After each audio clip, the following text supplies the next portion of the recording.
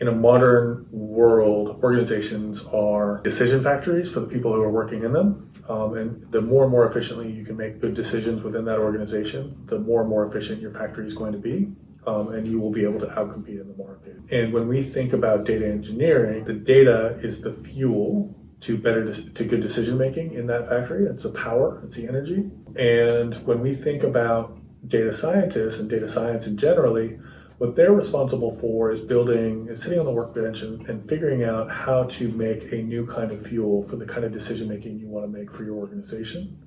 And when we talk about data engineering, what we're talking about is how we deliver that new kind of fuel at tanker or global scale across your organization at the scale that you need it. We're data engineers. We deliver the fuel your business needs at scale. That's a much more important place to be for our customers.